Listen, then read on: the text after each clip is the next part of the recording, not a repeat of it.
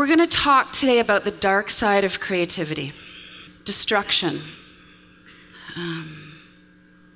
option paralysis, confusion, identity crisis, uncertainty, anxiety-inducing uncertainty, fear of criticism, loss, breakage, seemingly wasteful, budgets flushed, sleepless nights. Innovation. That's what that. You can't have innovation without all of that. And what I want to discuss today, and feel free, you can ask questions or shout out words or whistle at any time. Thank you. I want to talk about if it's possible to become comfortable with all of those things in order to create. Because personally, I've never created anything without experiencing many of those states and emotions. This week's issue, month's issue of Rolling Stone. Any Breaking Bad fans here? Oh, so good. I just got into it.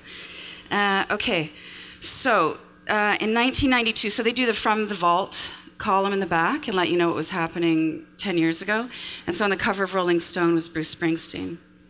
I enjoyed the success of Born in the USA, he says. But in the end of USA, by the end of it, I just felt kind of bruised out. I was like, whoa, enough of that. You end up creating this icon, and eventually it oppresses you, this macho thing. I liked his macho thing. In the end, the only thing you can do is destroy it. Destruction is, I think it's the cousin to creativity. So think in your own creative life. Who here identifies as being an entrepreneur? Okay. Who here identifies as being a creative with a capital C? Okay. So what do you have right now in your creative realm, and this can be personal and romantic, that you just can't stand anymore? You can't stand the sight of it. And it probably got you to where you are. Your website, your Twitter handle, your traffic, your branding, your identity, your slogan, your gimmick that compels people to come to you. So who's just itchy? Who's tired of that?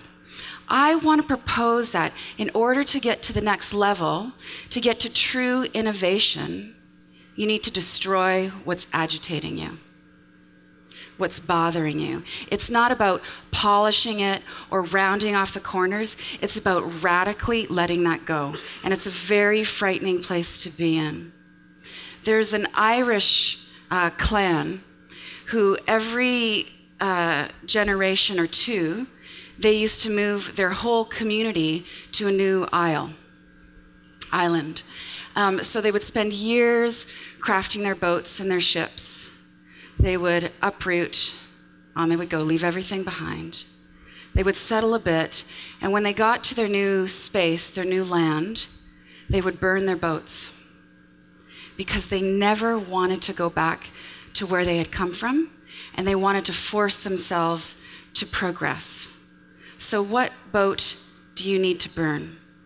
I came out with the Firestarter Sessions book in April of this year. Feels like 9 years ago already.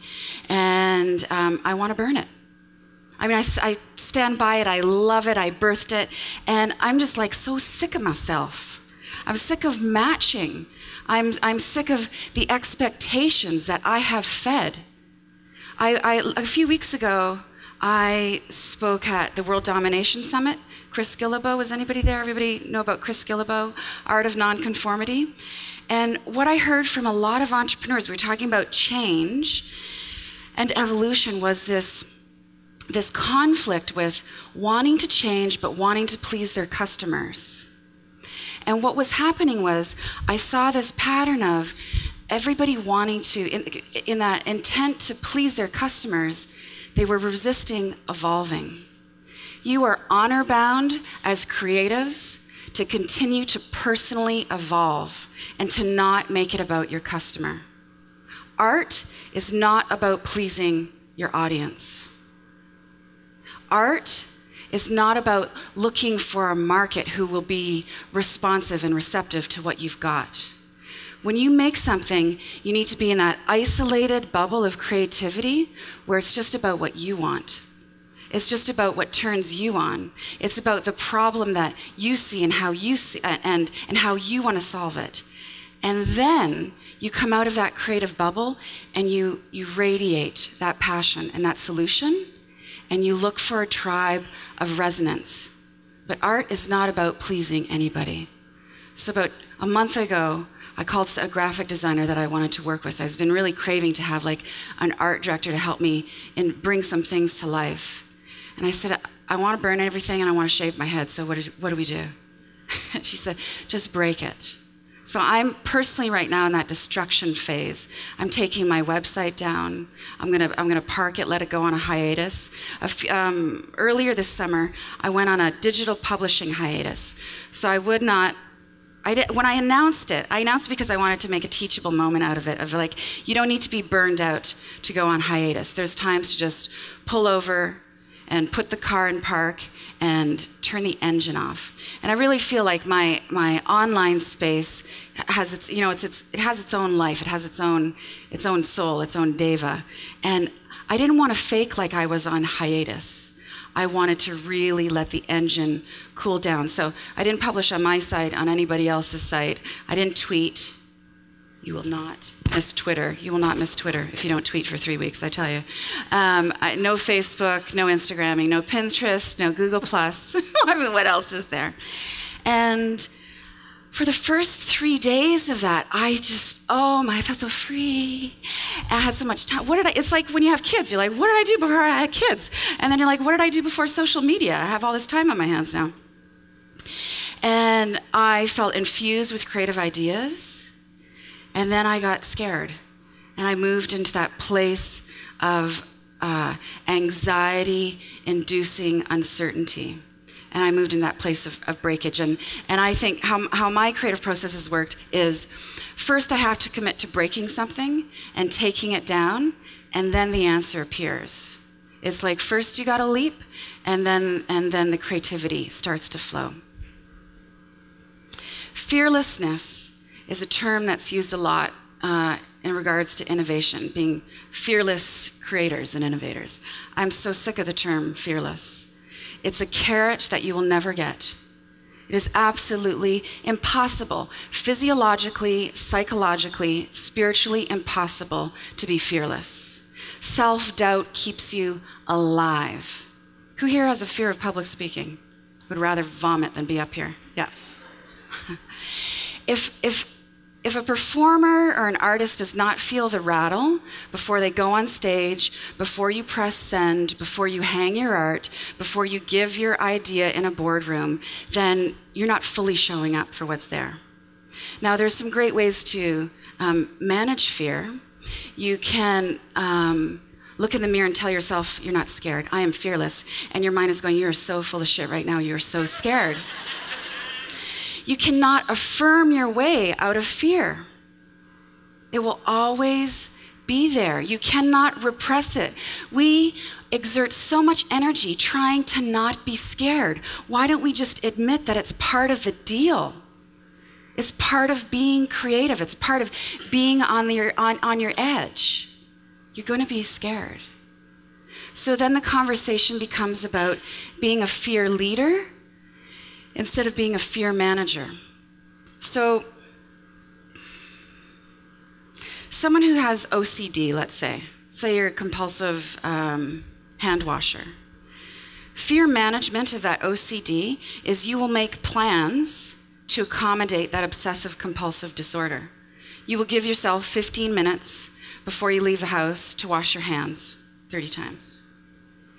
The only way to break a compulsive disorder, unfortunately, most difficultly, is to stop doing that habit. So fear leadership would have you put mittens on your hands, duct tape, get a coach, get someone to get you out the door without washing your hands 30 times. But you need to be constantly aware of the obsessive compulsiveness in your mind. So I think we should all become obsessive about our fear. and learn to run towards it and to analyze it. I go through like a fear analysis before every project. I'm afraid I won't impress anybody in Silicon Valley. I'm afraid people will think I'm a flake. I'm afraid my dad will never subscribe to my website. It can just go on. And then you go underneath that. Why am I afraid? I want to be seen. I want to be loved. I want to be useful. I want to be free. For me, it always gets down to freedom. And that is my, my metric for making choices. Does it make me feel free? Does it make me feel heavy? Or does it make me feel light?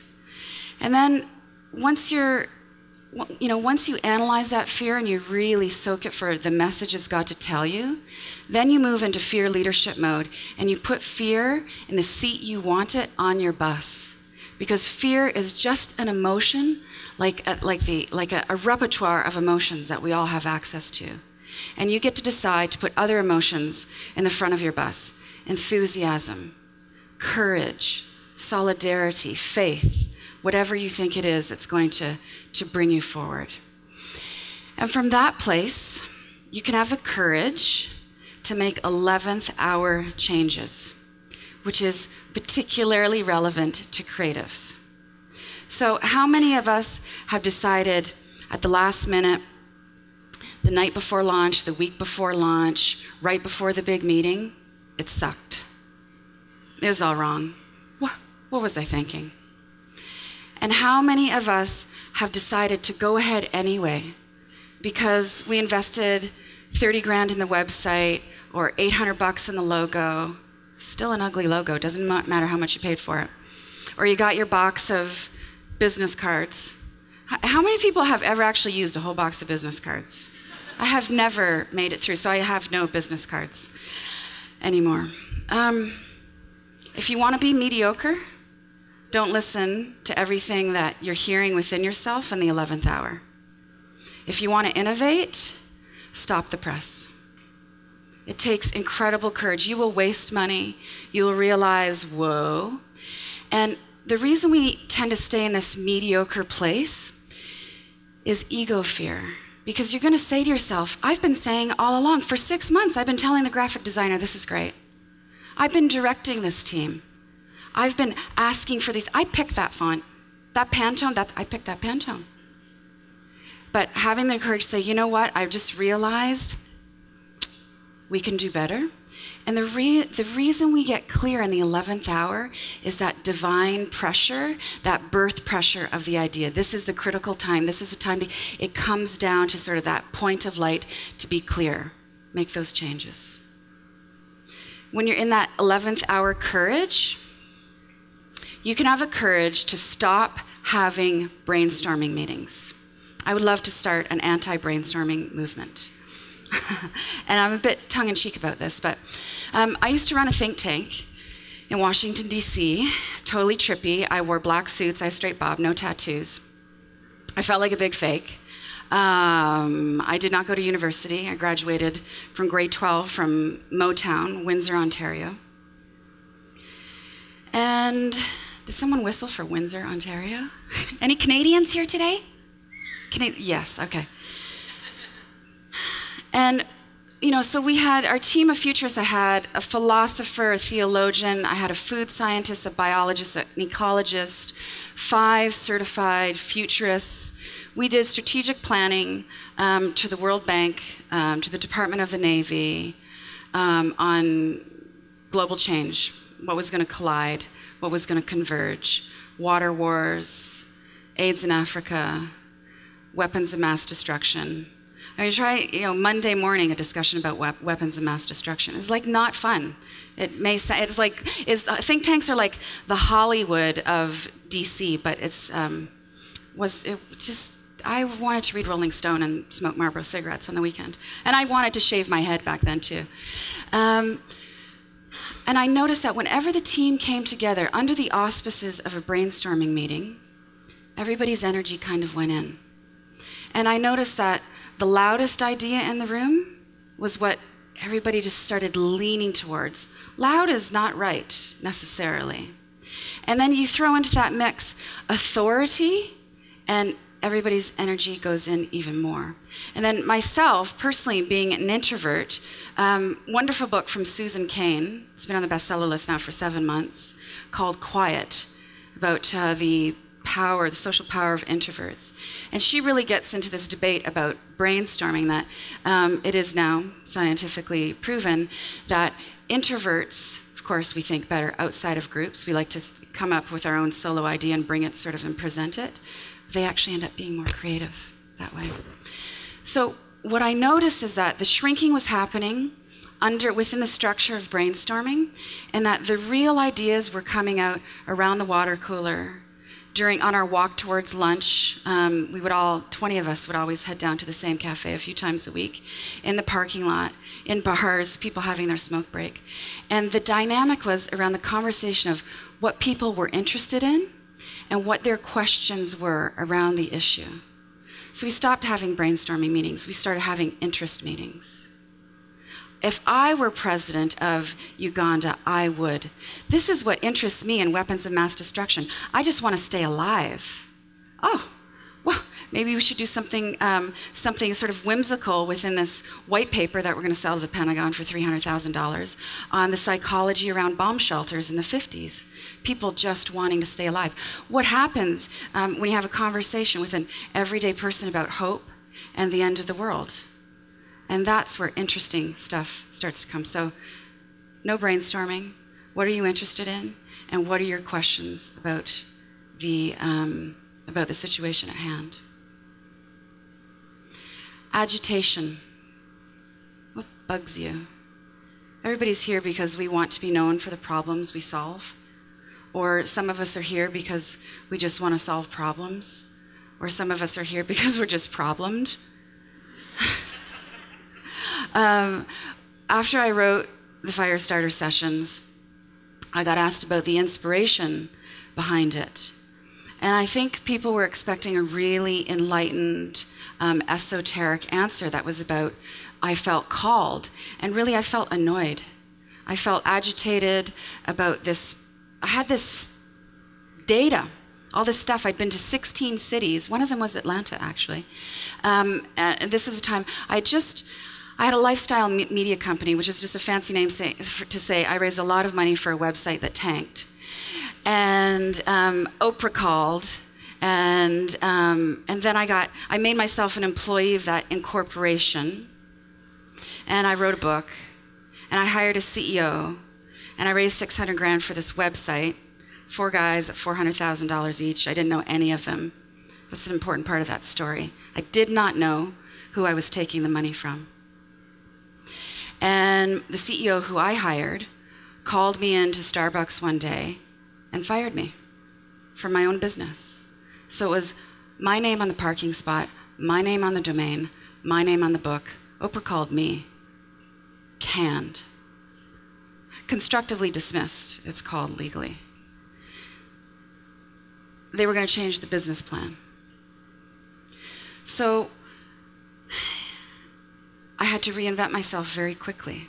I had signed a non-compete with my own company, with everything I had created. So I had to, that was breakage and destruction without my input.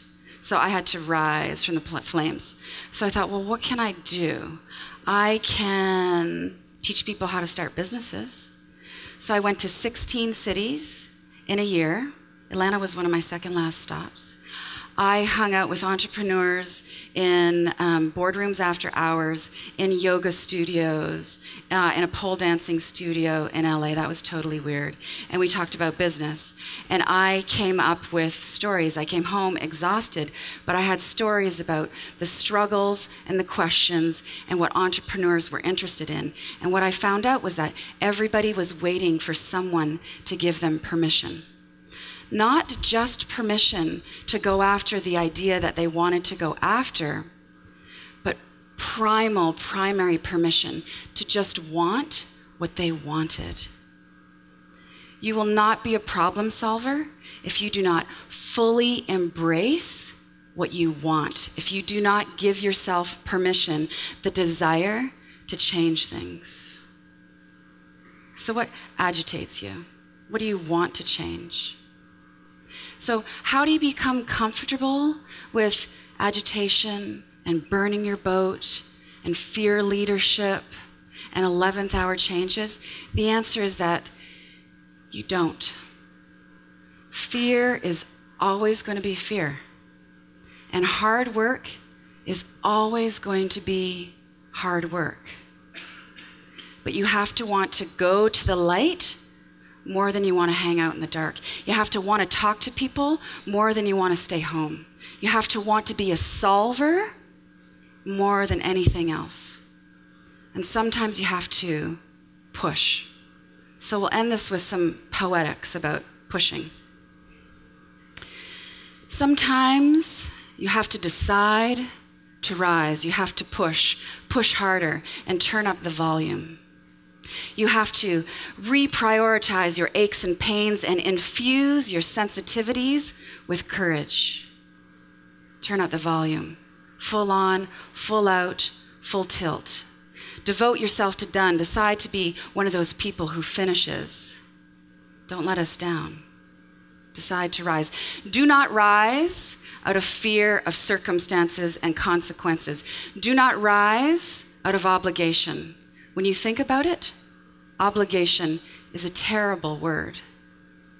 Decide to rise because you want to expand your being, your life, your possibilities, the possibilities for all of us. Decide to rise because you want to explore your place in the universe. You have a place in the universe. You have a place in the universe. On the other side of the rise, there is insight and illumination and bliss. And there will be the angel of your strength, and she's going to have a goblet of endorphins for you, and she's going to say, drink up. Life wants you to win. Life wants you to win, so decide to rise. Listen, lean in, get closer. It's your soul speaking to you. And your soul says, get up. I need you. I want you. I am you. Choose me. Lean in, listen up, get closer, and Plywood people, decide to rise. Thank you.